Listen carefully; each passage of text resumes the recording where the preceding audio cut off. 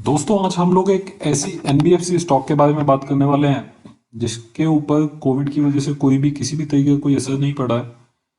देखिए, आप सब लोगों को पता है कि जिस टाइम पे ये सिचुएशन आई है, सबसे ज्यादा जो पिटाई हुई है जिन स्टॉक्स की, वो या तो बैंक्स है या एनबीएफसी। एनबीएफसी में बोलूँ तो उनकी हालत काफी खराब रही है। ऐसे टाइम पे ये जो स्टॉक है, ये 3 महीने के अंदर आपको 120% का रिटर्न देता है और अभी भी काफी अच्छा चल रहा है। ये जो स्टॉक है, एक काफी पुरानी कंपनी है। इसका जो बिजनेस है वो थोड़ा अलग है बाकी एनबीएफसी से, और वो ही जो इसका बिजनेस का जो नेचर है उसकी वजह से इस कंपनी के ऊपर कोविड का कोई फर्क नहीं पड़ा है। बहुत बड़ी रिटर्न आई है इसमें पिछले 3 महीने के अंदर। देखिए, जहां सारी एनबीएफसीओ की हालत खराब है, ऐसे टाइम पे इस कंपनी ने बहुत बढ़िया रिटर्न दी है। अब इस कंपनी के अंदर एफआईआईज बहुत बड़ी मात्रा में एंट्री करते हुए दिखाई दे रहे हैं। इस स्टॉक के बारे में डिटेल में जानेंगे।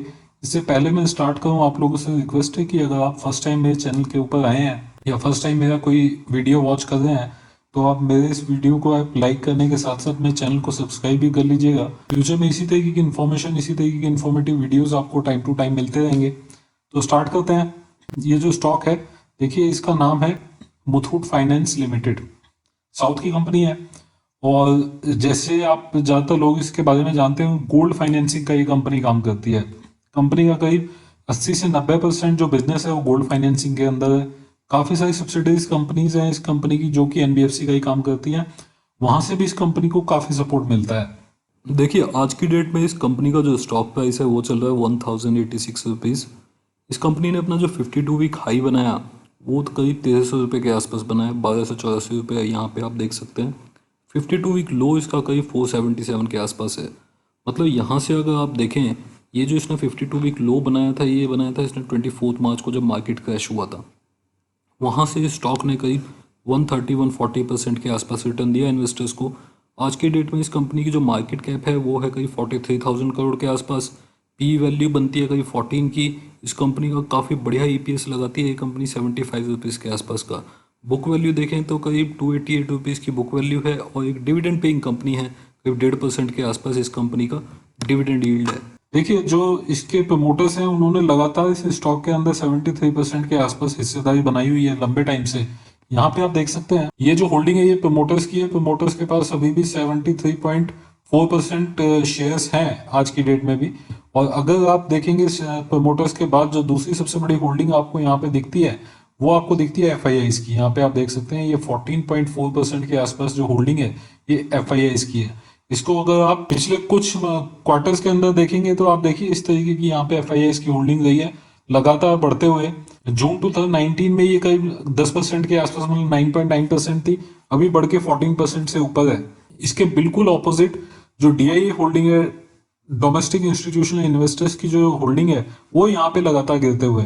जैसे आपको मैंने बताया कि जून 2018 से लगातार ये बढ़ती जा रही है एफआईआईज की होल्डिंग, यहाँ पे वो गिरती हुई जा रही है। आप देख सकते हैं कि डीआईआईज की जो होल्डिंग है वो लगातार यहाँ पे गिरावट आती जा रही है। क्यों?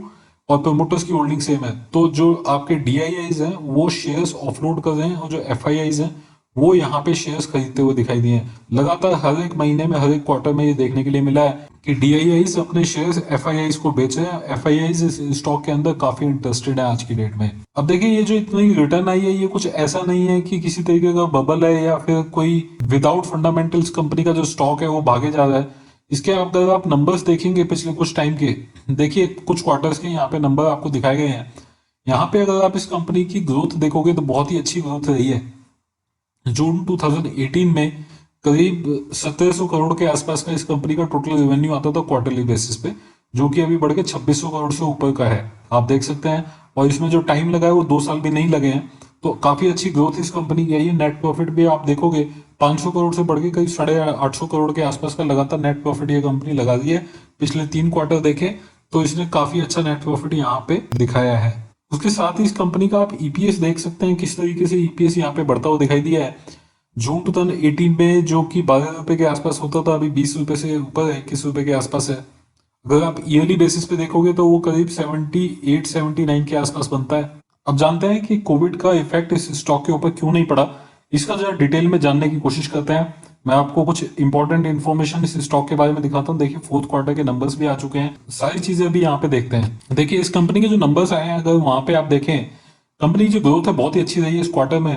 ईयर ऑन ईयर बेसिस पे देखेंगे तो प्रॉफिटेबिलिटी जो है कंपनी की 60% बढ़ती हुई नजर आई है। साथ ही जो असेट अंडर मैनेजमेंट है, यहाँ पे देखिए 22% की बहुत बढ़िया ग्रोथ यहाँ पे देखने के लिए मिली है इस साल में। नेट इंटरेस्ट इनकम जो कि मेन इनकम होती है किसी भी एनबीएफसी या किसी भी बैंक के लिए, वहां पे 30% की ग्रोथ देखने के लिए मिली है।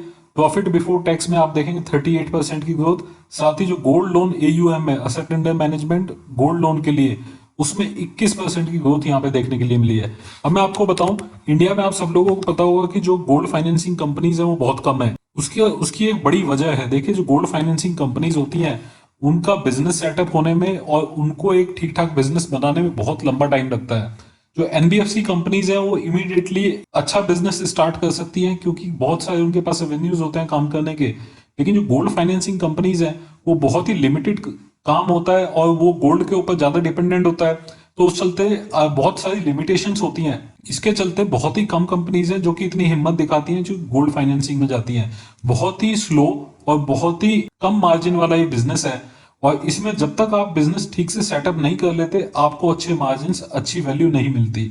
अब इन चीजों को देखें तो इस कंपनी को जो इसने अभी तक ये इतना बड़ा बिजनेस बनाया है उसका बेनिफिट इस स्टॉक को अब मिलना स्टार्ट हुआ है। देखिए अब तक इस कंपनी का अगर पास्ट में जाएंगे 10-12% की ग्रोथ ये कंपनी दिखाती थी, उससे भी कम कई बार चली जाती थी। अब ये 30-30% की ग्रोथ इस कंपनी की आ रही है। अब से नहीं, पिछले 2-3 साल से हम देखें काफी बढ़िया ग्रोथ इस कंपनी ने दिखाई है। उसकी वजह यही है कि इस कंपनी का जो बिजनेस था वो सेटअप हो गया है। गोल्ड में अगर आप देखें तो 4-5% आप क्वार्टरली बेसिस पे यहाँ पे इंक्रीमेंट देखते हैं जो गोल्ड का इनके पास रिजर्व है उसके अंदर। तो ओवरऑल बहुत ही अच्छा बिजनेस सेटअप हो चुका है और जो कॉम्पिटिटर्स हैं बहुत ही कम है। सबसे बड़ी गोल्ड फाइनेंसिंग कंपनी है इंडिया की, कंपटीशन कम है, बिजनेस के ऊपर रिस्क बहुत कम होता है क्योंकि जो अंडरलाइंग वैल्यू है वो गोल्ड है और गोल्ड की वैल्यू लगातार बढ़ती जा रही है और आने वाले टाइम में भी बढ़ती जाएगी। उसकी वजह से रिस्क इसके ऊपर बहुत कम है। यही एक वजह है कि इस कंपनी का अगर आप देखें कोविड की वजह से भी कोई नुकसान नहीं हुआ है।